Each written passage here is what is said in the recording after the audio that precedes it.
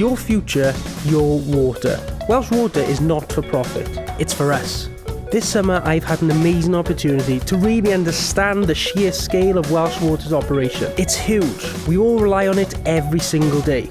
And remember, it's done without any shareholders, which means every penny that they make is spent on looking after your water and your environment, for now and for the future. There are many challenges ahead, and they've got a huge network of water pipes, sewers and treatment works to look after.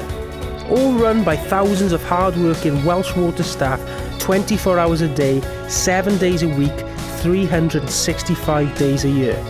From Lee and the zonal crews to Jenny, the head ranger in the Elan Valley, and from Andrew and Rodri in Dolbenmain to Natalie in the community van.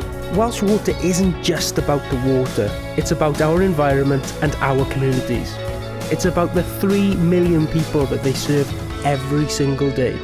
And that's why the future of Welsh Water is so important.